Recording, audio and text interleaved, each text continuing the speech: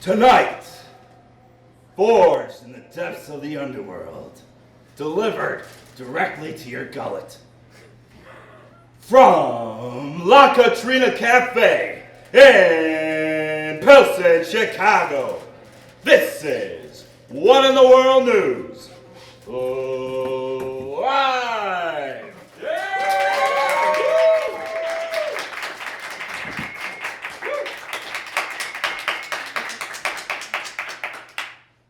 Patrons of the cafe and YouTubers alike, my name is Sean Froelich, and I am so terribly happy that you have found yourself with me today in order to plunge into the world of hard news, softly, with the help of a devilishly handsome news anchor.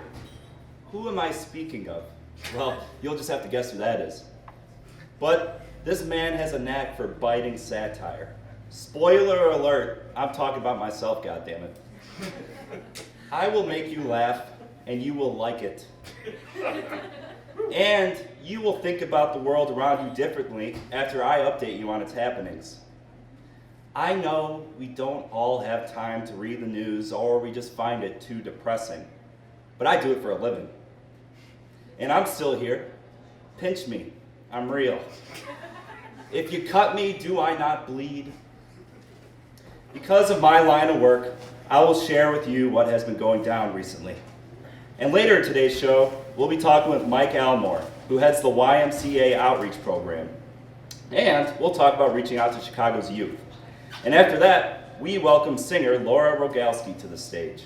So if I make you depressed, at least you have that to look forward to. Yeah. First off, it would be wrong of me to not name our sponsor. Today's show is brought to you by Aunt Jemima's Buttermilk Breast Milk. The wholesomeness of Aunt Jemima's teat discharge packaged safely for you to add a little mother's milk to your morning coffee.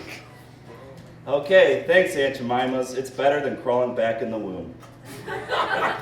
Now, I'd like to introduce our first guest of today's program with who I'm going to debate Chicago politics with.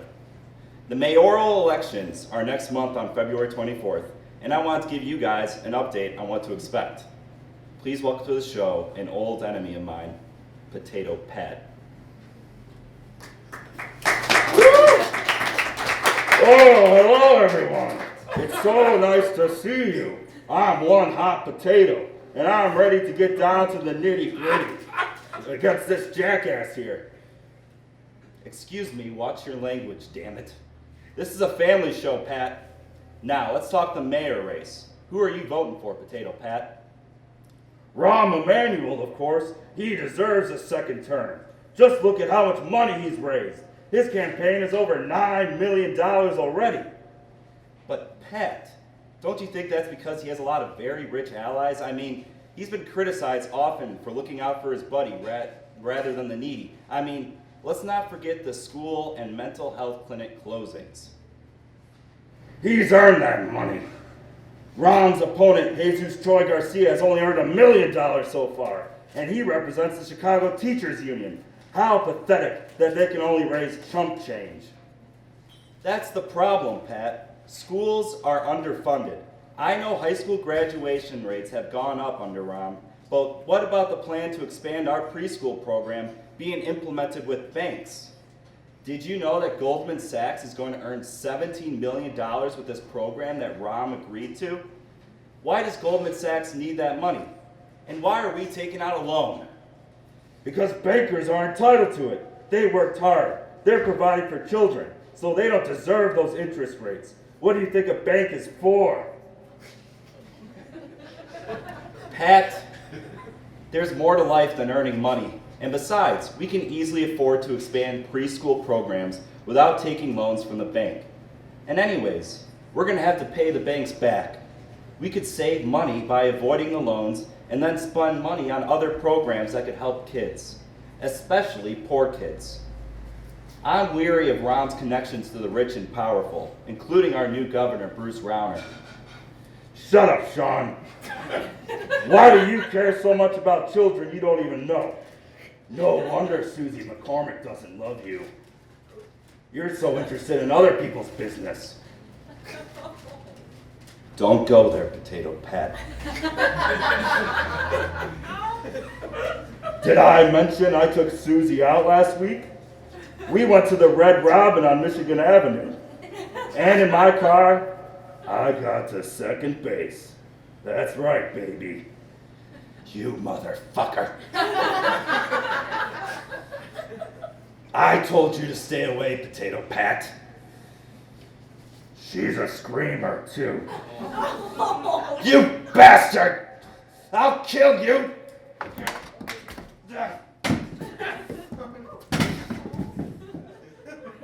Ah! What have I become? I let the beast out, ladies and gentlemen. And I'm sorry you had to see that side of me. If you're in Chicago, remember to vote on February 24th, and let's curb cronyism. Now let's get to the headlines.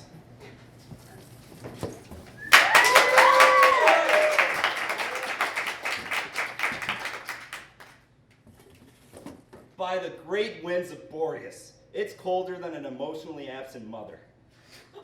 It's so cold, I will begin offering my seasonal service of ice shaving. That's right. Bone saw's ready. And these puppies are sharper than Grandma's kneecap.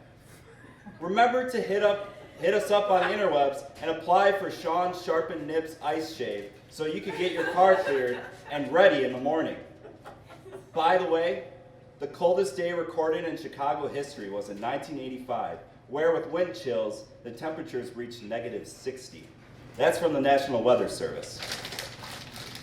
Moving on. In Saudi Arabia, 2 women were detained in cells for over a month and stood in terror court because they did the unholiest of crimes, being women while driving. Women in Saudi Arabia are not permitted driver's licenses, and a couple of women retaliated by recording themselves on the road, which led some Saudi men to wonder, if women can drive, can they read and write too? What is a book? Gallup polled Americans asking who was the most admired man and woman in 2014. Barack Obama and Hillary Clinton came in first, extending their streaks. But most surprising was Vladimir Putin coming in 10th. He's the man who started a war in the Ukraine because he felt entitled to owning their peninsula. Putin beat out George W. Bush and Bono, showing that people prefer Russian dicks to Irish American dicks. Maybe that's why the Irish are drinking so much whiskey. Oh, come on, I'm Irish too. In the fight to curb climate change, some big fucking guns have come to the table. The Catholics have joined the Captain Planet Brigade now that Pope Francis has begun speaking out against the way we treat the environment, like the fertilizers we use flowing into the ocean, which puts Grandma in a hard place. Grandma loves the Pope, and Grandma loves a green yard. I guess this is when Grandma becomes an atheist and watches Comedy Central. All right, there's a lot of contention on subway systems in New York and Chicago, and this is an issue that hits close to home, or close to the family jewels. Because New York will now be placing ads that encourage man not to manspread while seated. People complain about excessive leg space for men who sit with their knees out. So, I want to suggest some various sitting techniques. Now that we men aren't allowed to manspread, I would like to demonstrate for us some new sitting techniques with a friend of the show, Charlie.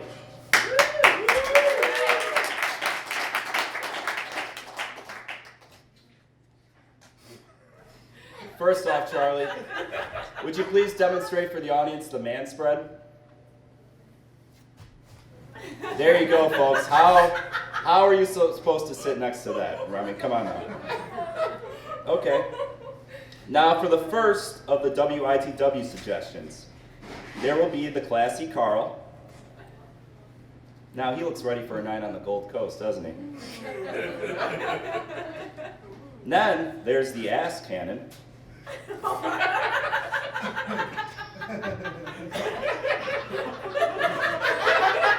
Feel free to take a picture. Next, there's the Potato Pat, named after my fallen friend, Potato Pat. And finally, the Scrotum Squeeze.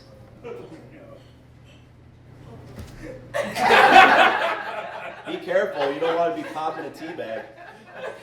Thank you, Charlie.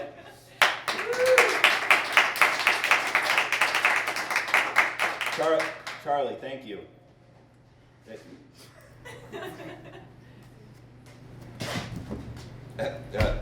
No, Charlie, can you go that way, please? No. Sorry, we have to save that seat for later. I told you we'll interview you next month, okay? I promise.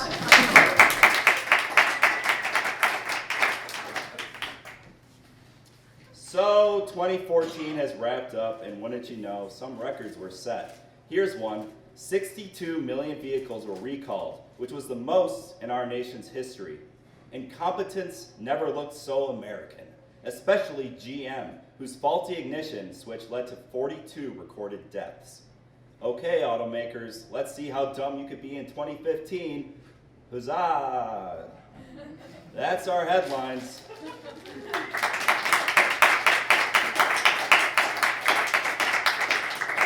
Now, sit back, relax, and strap it down, because next up is our main story, where we will be discussing bad boy bankers, who are in need of a spanking and a timeout because they do not learn their lesson about screwing with people's money.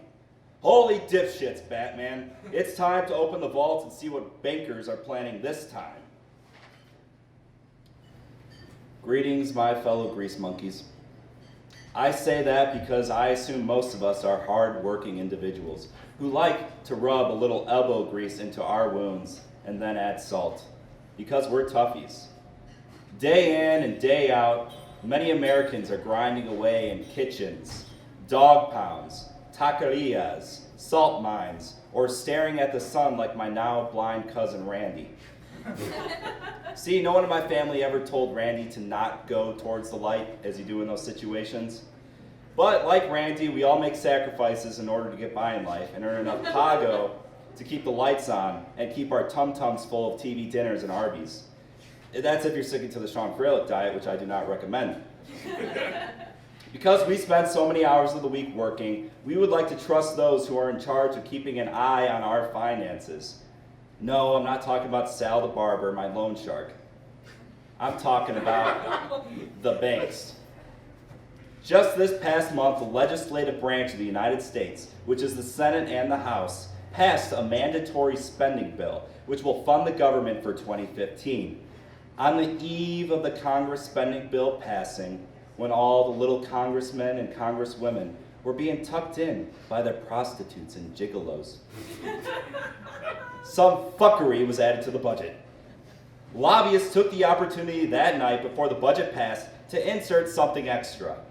What is a lobbyist, you might ask? Well, let me tell you. A lobbyist are persons who influence politics with money. Now, not a lot of people have more money than the banks.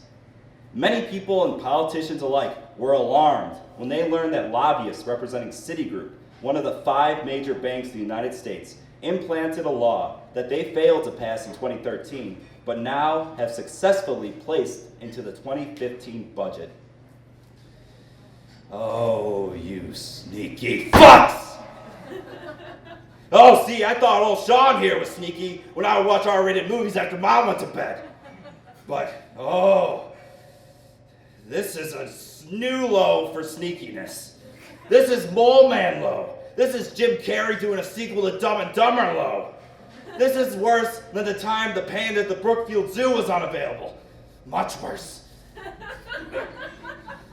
Marcus Stanley from Americans for Financial Reform said of Citigroup's sneak attack as this is something to benefit big banks.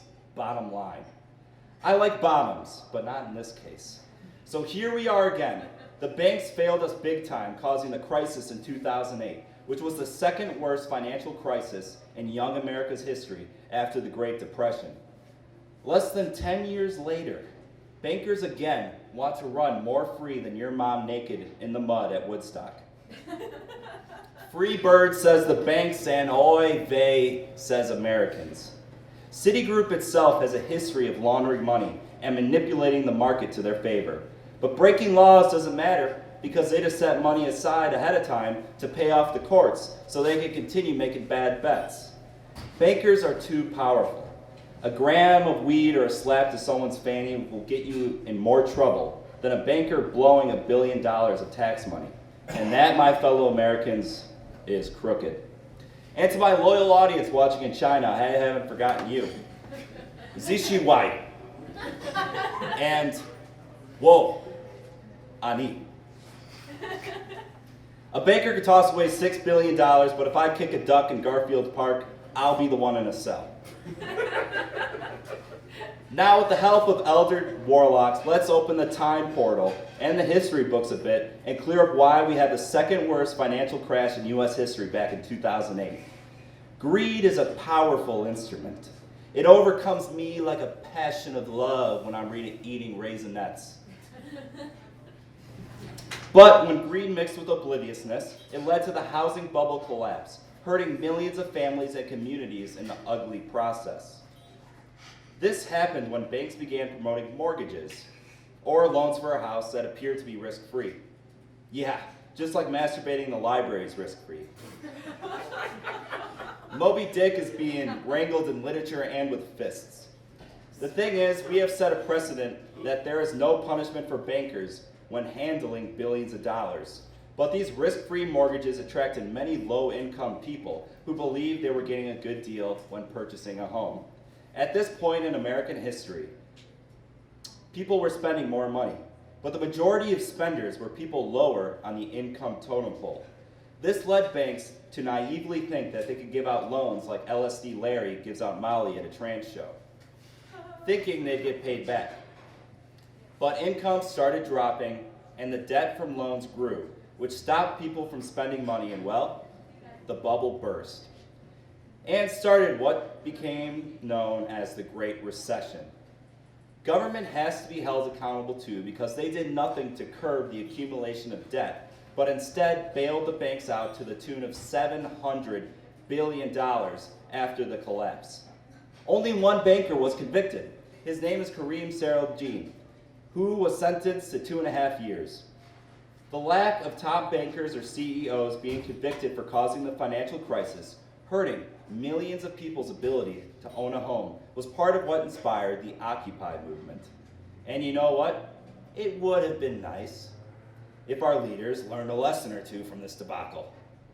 But oh, fucking no. Banks are prepping themselves again to blow a generous wad on the marketplace.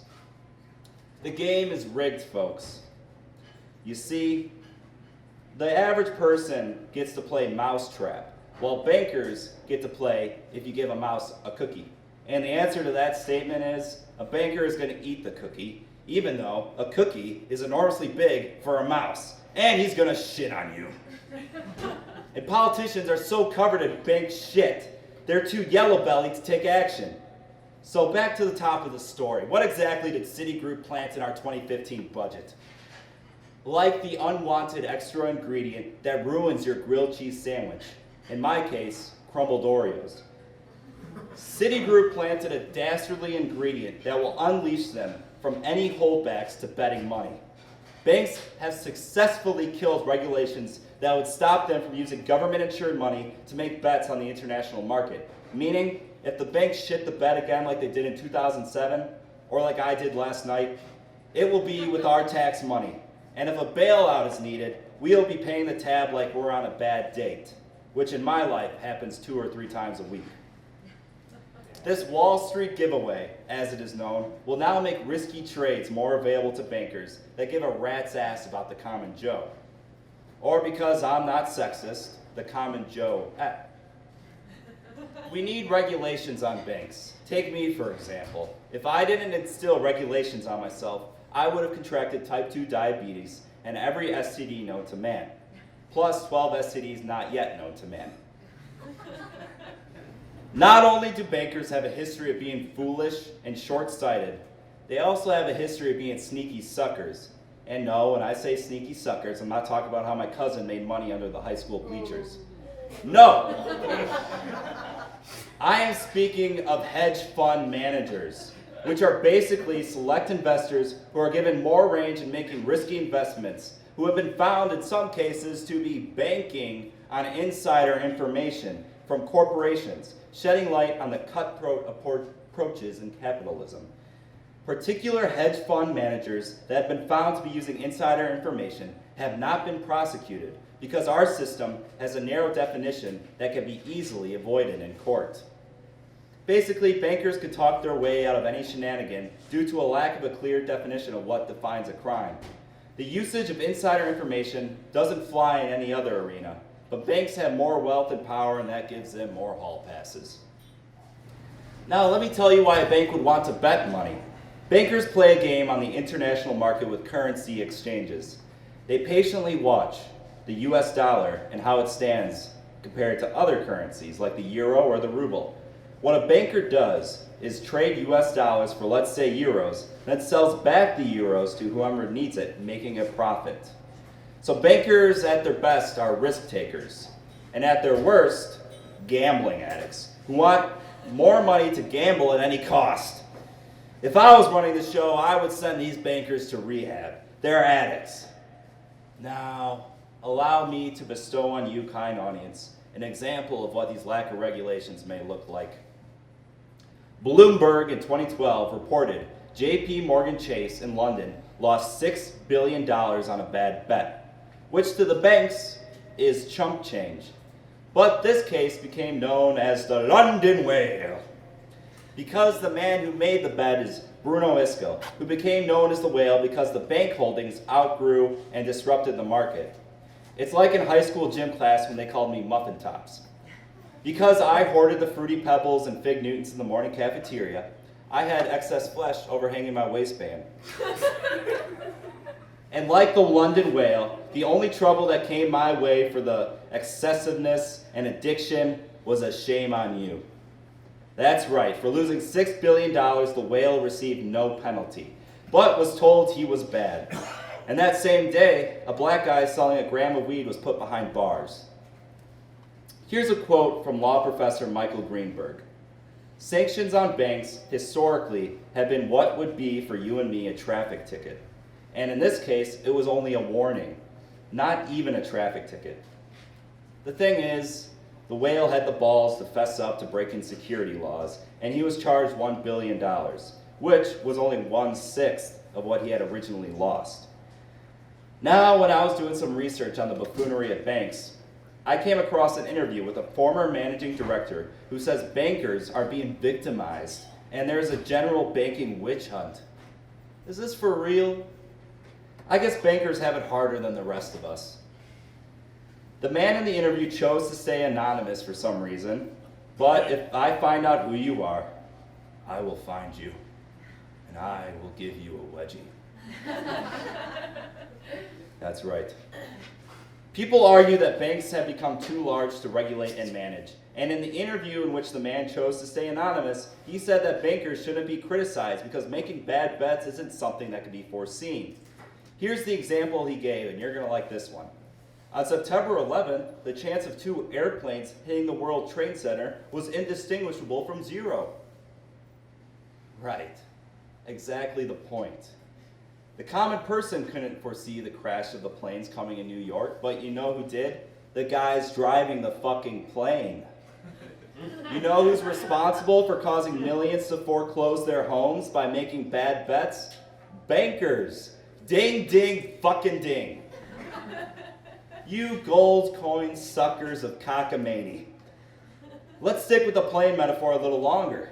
The government spent billions of dollars rebuilding the plane the last time the banks crashed it. Now banks want to essentially throw out the life preservers, skip maintenance, fly to Cancun and say, "It's cool, bro. We won't crash this time. Thanks, government." I ask a simple and necessary question. How many more chances are we going to give the banks? Some people say we should have let bankers drown when they screwed us over last time. And I understand that sentiment. And you know what? All this banking bullshit really calls for some action to be taken. I think this moment calls for a fuck you sprinkler. Fuck you, fuck you, fuck you, fuck you, fuck you, fuck you, fuck you. Fuck you, fuck you, fuck you, fuck you, fuck you, fuck you, fuck you. Fuck you, fuck you, fuck you, fuck you, fuck you, fuck you, fuck you. That's our main story. Thank you.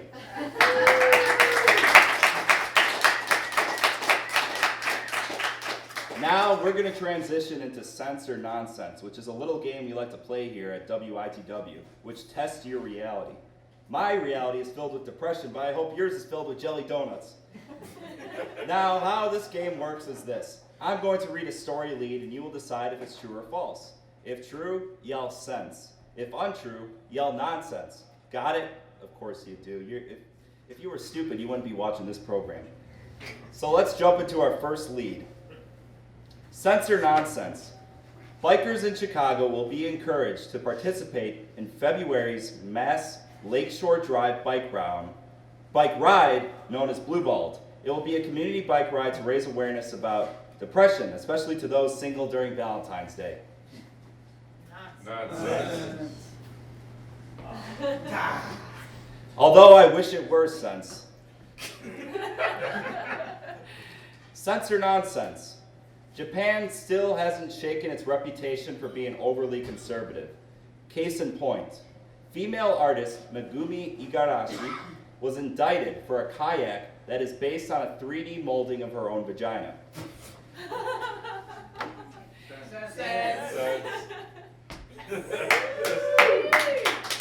Japan is still a nation unwilling to show the female genitalia, and Miss Megumi wants to start the conversation. She now faces 2 years in jail and a fine of over $20,000 for her kayak, which is called the Peach on the Beach.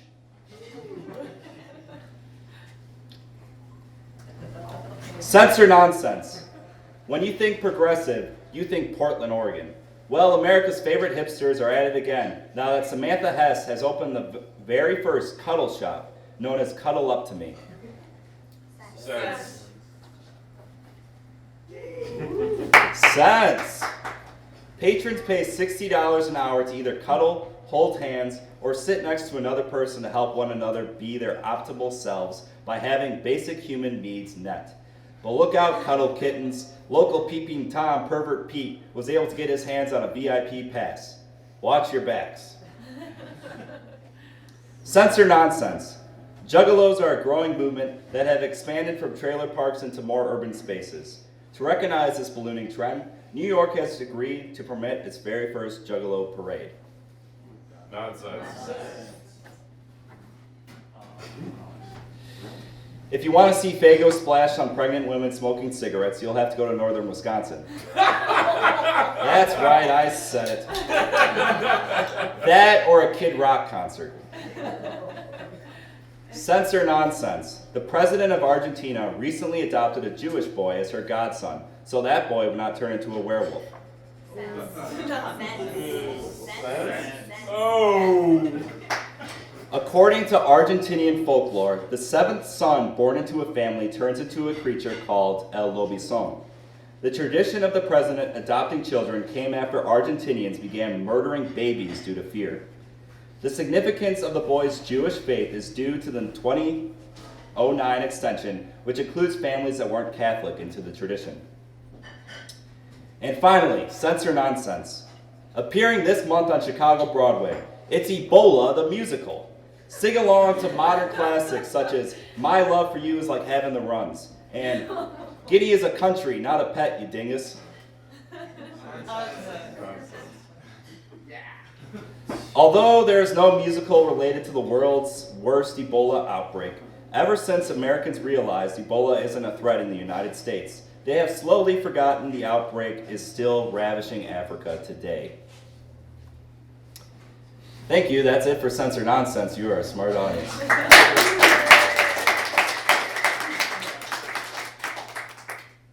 Time for another transition, and it's time to put a lens on our own city. I know we like to joke around here, but there's a lot of Chicago's youth that deals with a lot of trouble in their daily life, and it goes largely unknown. So someone is here today to shed some light. So I would like to welcome today's special guest, Mike Almore, who works in the YMCA Public Outreach Program and is currently working on recruiting for the Urban Warriors program. He's going to have some incredible stories to share with us. Please welcome to the stage, Mike Almore.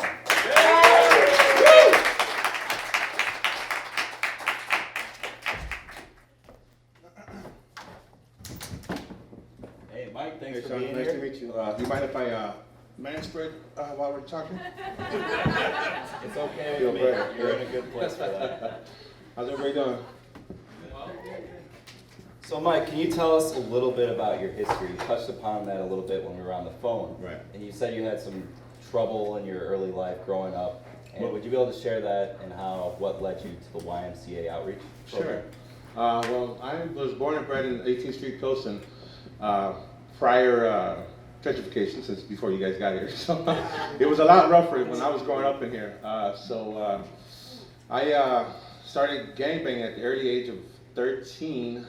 I'm half black, half Hispanic, so it was kind of rough for me growing up in this particular neighborhood because my mom left my family when I was young, so I grew up in Pilsen with an afro in a Mexican neighborhood, so it wasn't the easiest thing. And so anyway, long story short, things got tough for my older brother and I, so we resorted to joining a gang.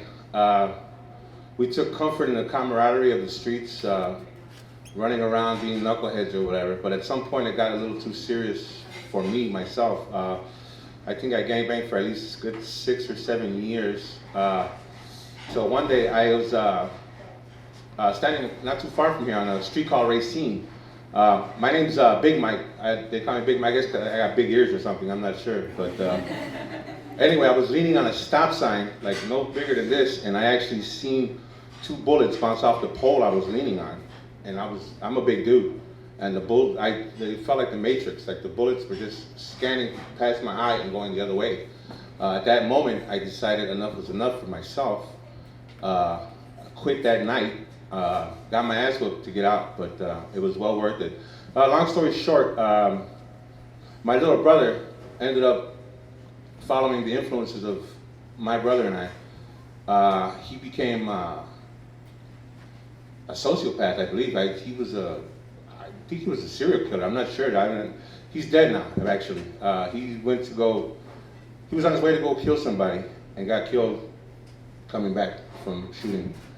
After that, my life took a change. It turned dramatically. I was really into myself, but then I started doing a lot of youth advocacy on the streets because I just remember hearing my mom crying, internal gut howl that you never want to hear nobody's mom cry about losing their child.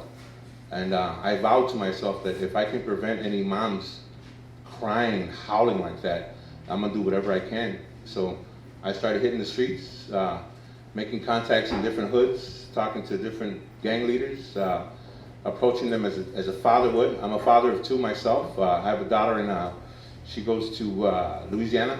She's going to college now, and I have a son that goes to Rogalsky High School. Thank you. So, and he's about to graduate, so they're good kids, but they're still teenagers, knuckleheads as is. But I work with a lot of parents and a lot of youth. I work with some real hardened kids, gangbangers. They got tattoos on their face. I can't take them to certain places now. But before I get into that, let me get back into a little more of my story. So like I said, I was born and bred in Pilsen, 18th Street. I know 18th from Halsted down. Ironically, I couldn't find this building, but I know 18th Street up and down. So anyway, so I beat the streets and came out looking for people to talk to, young youth, and I found it was a little challenging doing it by myself. So I would join different organizations or whatever, and the passion wasn't there until I started working for a cemetery. I worked for a cemetery for 6 years. 6 years, and I found myself being desensitized to death. Meaning, when I first worked there, it was weird, like walking over people's graves and doing my job and whatnot. But after a while, it was just like, go pee on a headstone. It's the middle of the day. I'm working. The bathroom's like miles away. I'm pee right at the headstone. So anyway, I remember burying I mean, I didn't have no problem burying the old people. It was the young people that got to me. And I buried, and it's just traumatic things. There was a game these kids called the choking game. And I had to bury this beautiful young 15-year-old girl. She was from a well-off neighborhood, well-off home. So she decides to get high by going in her dad's closet and choking herself with one of his ties. Apparently you get a high from that, I don't know. But that was something traumatic to me. So I started paying more attention to my job and what I was doing and who I was putting in these holes and the parents that are crying there. And I came across burying a young gangbanger. And it was surreal to me because I remember being younger and going to these funerals, these burials, and they bury your boys and your boys are all there. Everybody got their colors on and there's the parents right there. And the parents don't want nothing to do with you because they blame you for their child's death, even though, you know, they buy their kids damn clothes. You know, like I say now, I see the violence in the streets. Like, where are the parents? Check their closets, check under their beds. These guns got to come from somewhere. You know, so I hold parents just as accountable as I do the youth, and because it's got to come from somewhere. The parents, these kids aren't living in one big place and hiding guns like a big. Anyway, I buried this one king. He was a Latin king, and I guess he had a big rep or whatever because they were throwing gold in his hole. They were everything, and I guess his parents were also within the gang. There's a lot of cycle within the Latino culture, where it's passed down from generations. I know generations of gangbangers that still gangbang. I know kids that got what they call shags now, their long ponytails in the back and they keep their heads bald. That's a gang sign. And I know kids 4 or 5 years old that have these haircuts and they're just being raised in these places and it sickens me. So anyway, I remember burying this one particular kid and his mom kept jumping in the hole.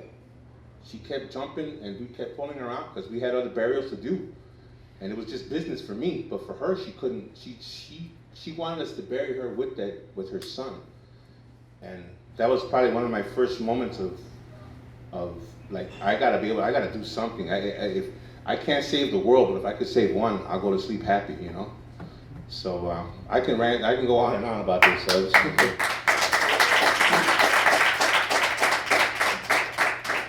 Would you be able to tell us a little bit what you have learned in your history and how that is shaping the Urban Warriors program, and what is Urban Warriors? Yeah, Sean, well, before I get into that, let me tell you how I got to the YMCA. I've never seen myself as a real youth advocate. It was just something I did, well, because it was me. It was on, I wanted to make a difference. And I was approached by one of my friends that he's younger than me, but I mentored him. And he came back and now he's got all kinds of degrees and now he's my boss. He's younger than me, but he's my boss. And he brought me into the fold. And I haven't been happier since doing the job. Like, you talk about waking up and loving what you do. I'm living the dream right now, honest to God. So that's what I'm feeling. But back to the Urban Warriors question. Urban Warriors is a program that the YMCA, my particular branch of the YMCA is called Youth Safety and Violence Prevention, YSVP. And what we do is we pair up youth, post 9/11 veterans with youth who experience traumatic situations, shootings, stabbings, whether they had them perpetrated on them or they were the perpetrators themselves. But we pair them up with vets that have seen trauma themselves, Afghanistan, Iraq, and let them mentor the youth. It's actually healing for the vets as well, because we have a lot of vets that want to return to these programs. And we just came from the Bulls game yesterday. We hook up, Joakim Noah is a big advocate of ours. And we go to the Bulls locker room constantly and meet them and take pictures with the guys, and they support us so much. And there's a lot that goes into what we do, but this is the type of job you take home with you. I worry about my kids. I worry about my youth. You know, like I drop them off, and I'm telling you, I got some hardcore knuckleheads, and they come and I bring them by the center. They're like 15, 16 years old. They act like kids. I take them, the other day it was snowing. Took them out, we were playing football. And usually these kids walk around with guns in their pockets, you know? So I'm encouraging them, like, look, there's another life out there for you. There's this, you guys are making your life like this. One time I took the kids on a little tour of what their life is gonna be, how free they are. So one particular gang, like a few blocks by Harrison Park over there. So I had some kids that were thinking about turning out. So I said, let me show you what your life's gonna be like if you turn into this gang. And I literally drove them around for half an hour in a 6-block radius that gang has territory in. I said, you can't go nowhere past here. This is your life. We would do little sideways. This is it. This is it. Once you mark yourself up, your life is going to be here. And if you start putting crap on your face, it's like, when my brother died, when he got killed actually, the outpouring of people wanting to send money to bury him was zilch. I think they gave us a little envelope of like $150 and my mom threw it in their face. And that's just what it is. I know people who have mortgaged their house and lost their house to bury their kids. And this is something that these kids don't think about. And that's what I try to bring to them, is the realization of their actions and get to the root of what it is that made them to go out there in the streets in the first place. But the Urban Warriors Project itself I think it's helped quite a lot. It's healed a lot of veterans. There's a big movement on it, and I think the goal of the whole Urban Warriors Project is to create youth among our communities, or our young communities, whatever, because I have kids from different ethnicities. The gangs don't care what color you are anymore, anyway. So you can, whatever it is, but we want to create leaders among our youth to go out and spread this particular gospel of nonviolence and peace.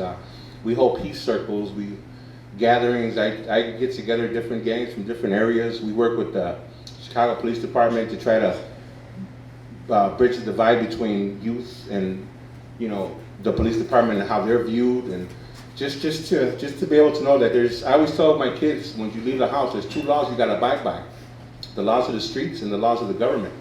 And whichever one you come across with, you got to abide by, because the laws of the streets will get you killed, and the laws of the government will get you locked up. And nowadays, they might get you killed too. That's right. So you got to abide by all that. It's just one of those things. So You touched upon roots, and would you be able to tell us what you think are some specific roots that you want to work to address? I think it might seem overwhelming if you view it in such a large view. This type of, the gang situation in Chicago has got to be cut up into little pieces and dissected and started from there, not just lumped into everything. And I think a lot of it has to do with home. I think the best way to reach these youth is to reach the parents that enable these youth, because we have so many parents that are in denial and they're enablers. Like your son comes home with blood on his shirt and runs to the damn house and hides under the bed.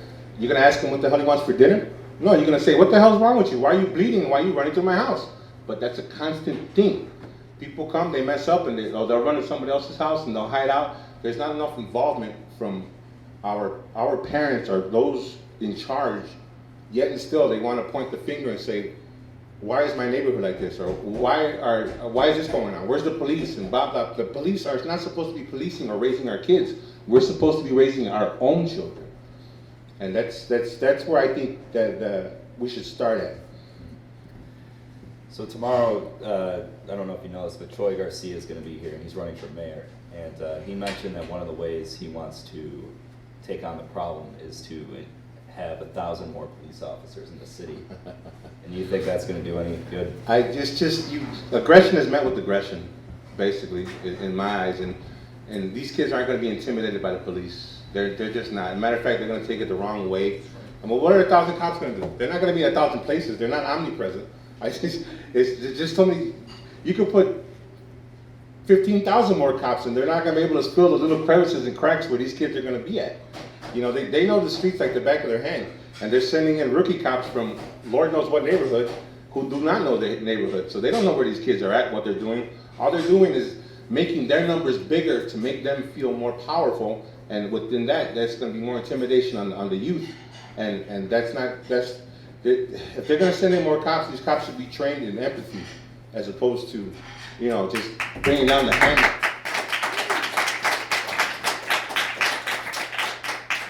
Now, this is really important stuff. Would you mind taking a few questions from the audience? Oh, absolutely. Any questions out there? So what do you see there not being like jobs as an issue that contributes to youth of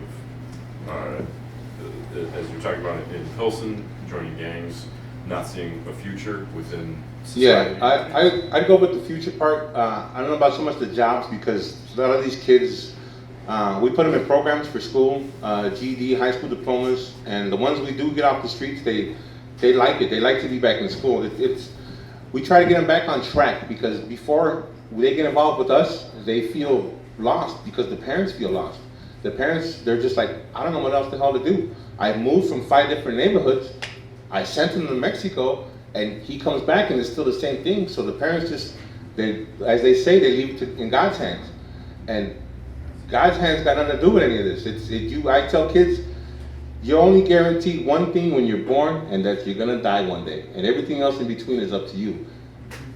That's it. That's one of my things I tell them on a constant basis. I'm not here to hold anybody, baby them. I'm here to show them love, respect, and kick them in their ass to let them know that there's better things out there than what they're doing. I'm not gonna coddle them.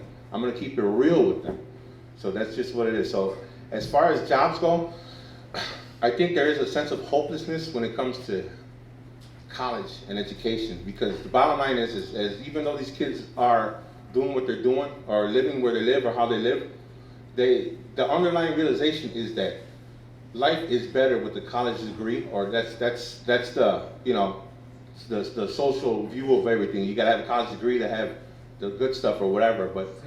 And I also blame a lot on the music that's out, the crap rap music that's out, just embellishing all this idealistic and not a real way of living. So everybody wants to be I have so many kids that say they want to be a basketball player, a rapper, or a hustler, and I'm like, dude, like, you need to get you a job or get you a skill or something else, because the odds of that are so minimal. You might get struck by lightning twice before you become a rapper or NBA star or whatever, because the pool is too deep and the talent level is too deep, and you guys aren't committed. Those who do get it. Those who just dream, you're just gonna be a dreamer. There's nothing wrong with dreaming, but you go chase that dream.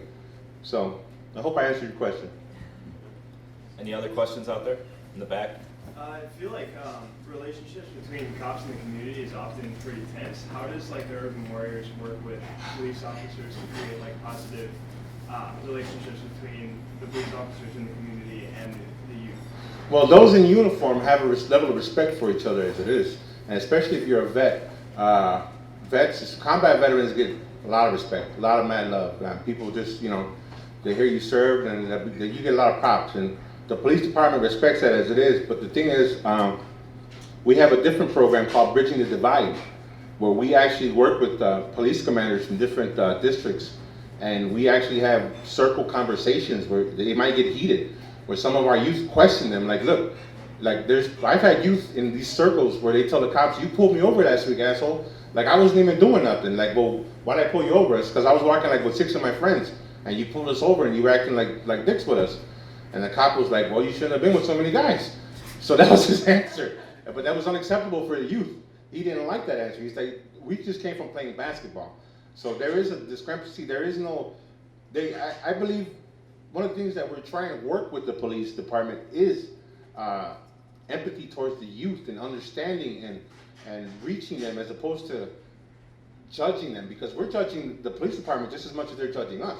Like, you think everyone, I have a lot of cop buddies, but a lot of times when I go with my cop buddies, they tell me, don't tell nobody I'm a cop.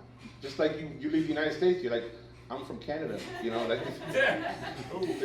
one of those things. So it's just, I think that that needs to be a requiem from within the police department itself, and that's something we're working on, because if not, it's just going to be more conflict like you've seen all over, because if they just keep adding police to the streets, it's just an intimidation factor. It's just, you make a phone call, something's going on or whatever, they come like 15 damn cop cars for a little thing, you know, just a little small thing, and it's intimidating to the youth, because then they get together. It's just like a gang. And there was a time in the 80s where the police department were calling themselves the biggest gang in the city. They were referring to themselves as that. Now, what is that? Like, how do you refer yourself as the biggest gang? That's an intimidation thing that they're trying to put on the youth, and I don't think that's the way you go about it. Violence begets violence, and we should go a different way about it. I mean, the world's been based on violence since it came, you know, since it's been through. So. Okay, I think we got time for one more question. Did you get any did you get any kickback from the gangs when you're kind of taking these kids away from them? Do you see that? I actually had a couple beefs. But good thing I'm 6'3", 200 pounds. You know, come get it. So, but I'm out there to do a job. And I'm on a mission. I'm not there because there's a lot of times I take some of their kids that they put on the corner and they're making money from, and then I show up in my YMCA van. Like, look, I'm gonna take this kid. I'm taking him. He's got homework to do, or I'm gonna put him in the class. No, honest to God, like, I'm gonna put him in the program. He's gonna do something. You can have him for the rest of the week if that's his choice. But these 2 days, he's mine, and they respect that because I come at them as a father. I don't come at them. They know hood smells hood. They know I'm from the hood. Right. Not particularly their particular hood, but hood smells hood, and I got that respect. And I don't have that respect. I'm just saying they respect that. I'm from where they come from, and I'm just trying to do the right thing. And I asked them, you got kids? Yeah, I got kids. Would you want your son doing what you're doing? 9 times out of 10, they'll say no. You get some knuckleheads that say that that's my son over there. Honest to God. Honest to God. So 9 times out of 10, they'll say, no, you're right. You don't want to take the little homie and whatnot. So even there's some gangs that implement that if the kids don't go to school or get good grades, they get violations. And I don't know if you guys know what violations are, but that's basically an ass whooping if you break one of the rules. So. Mike, thank you so much for your work, and thank you for being here. No problem, Sean. Anytime.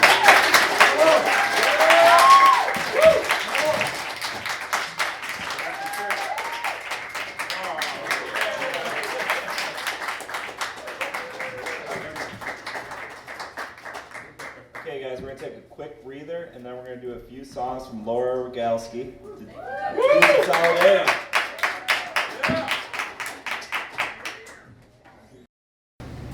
Ladies and gentlemen, please welcome to the show, Laura Rogalsky. I don't usually get mic'd. I feel pretty cool. Who likes Swedish pop music? I sing songs, I do not write them. And this is by a little lady named Robin.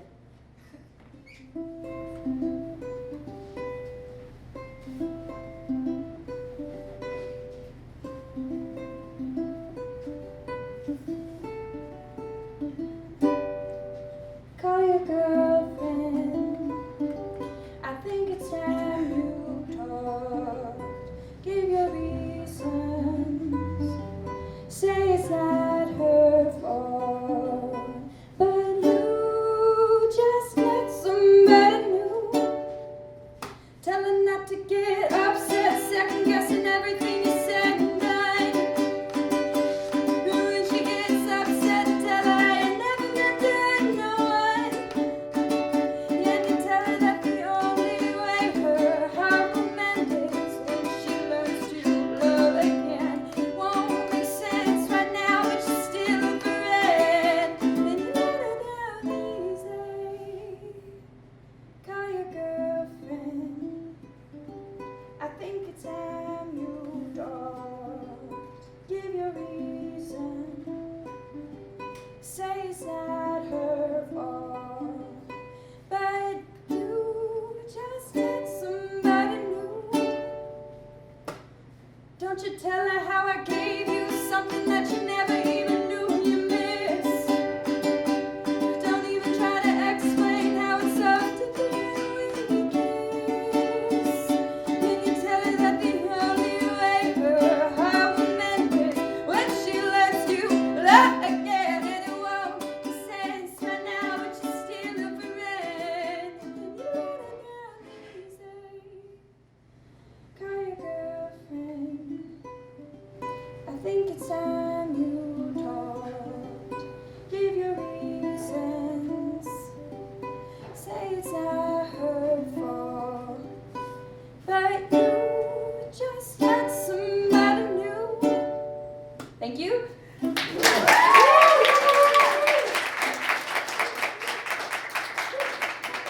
appreciate it. So, who's ever been broken up with when they're 14? Anyone? Anyone? Oh, good. Okay, you'll like this one. You'll really like this one. Only one. When you were here before, when I look you in the eye, You look like an angel, your skin makes me cry. You float like a feather in a beautiful world. You think you're so special. Yeah, you're so fucking special. Good job. But I'm a creep.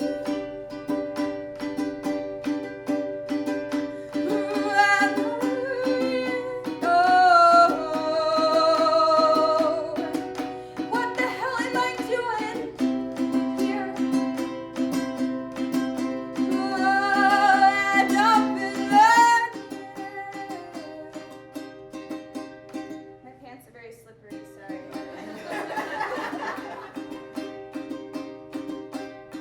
I don't care if it hurts. Yeah, I wanna have control.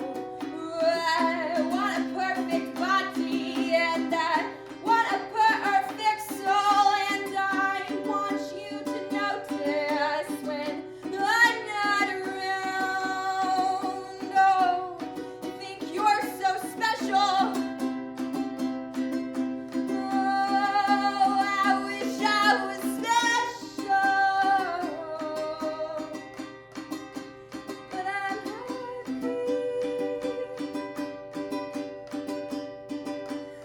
happy.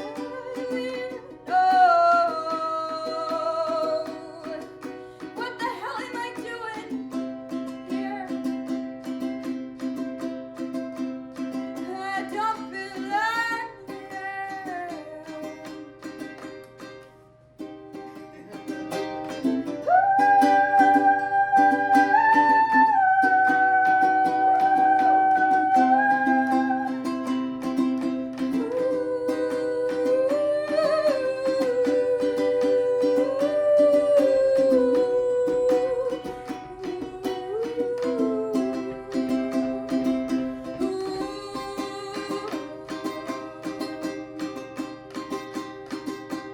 Whatever makes you happy, yeah, whatever you want.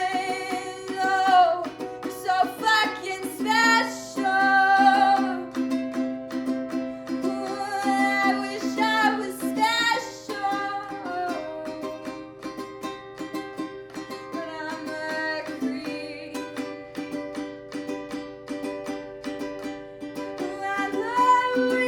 I'm so weird.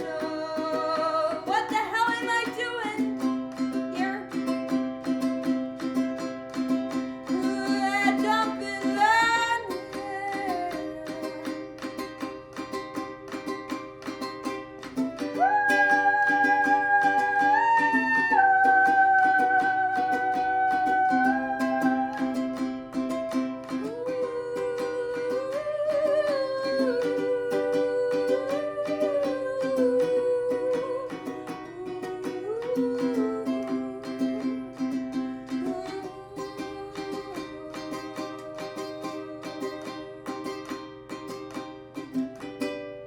Thank you. That's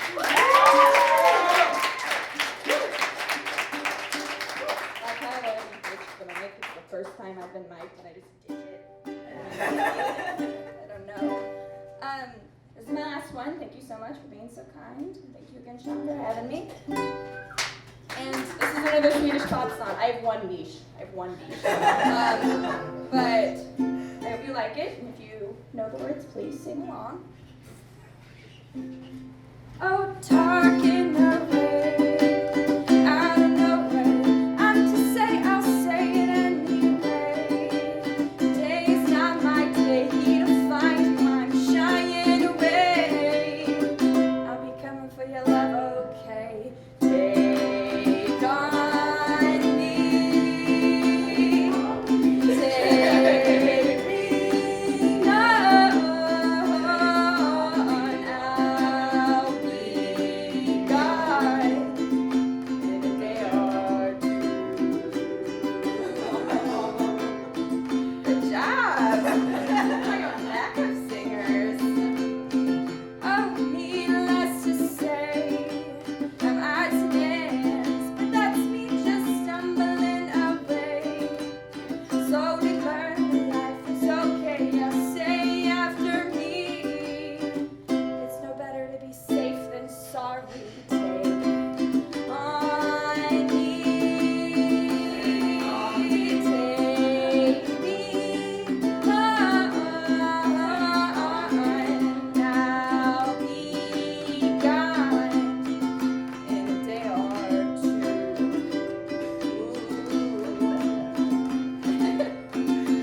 I try and do a synth solo on ukulele? Yes.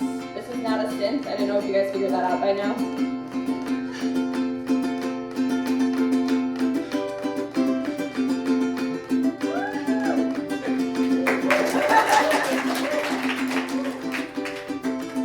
Things that you say, is it a lie or just to play my worries away? There are things I've got to remember, you're shying away. I'll be coming for you anyway. Take on me,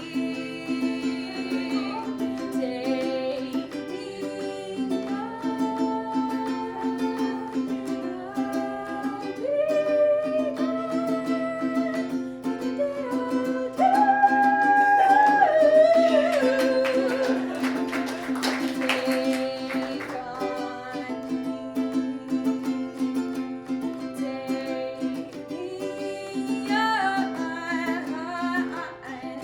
I'll be gone in a day or two.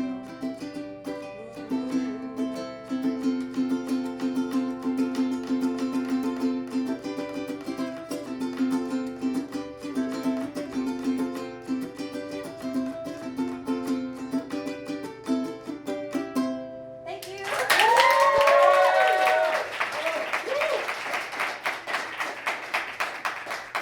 Wow, what a show. We learned a lot today, didn't we? I just want to slow it down a bit and say, give thanks. I want to say thank you to Kyle King. I want to say thank you to Peter Draws. I want to say thank you to Potato Pat. I want to say thank you to Mike Almore. I want to say thank you to Laura Rogalsky. I want to say thank you to La Katrina Cafe for hosting this event.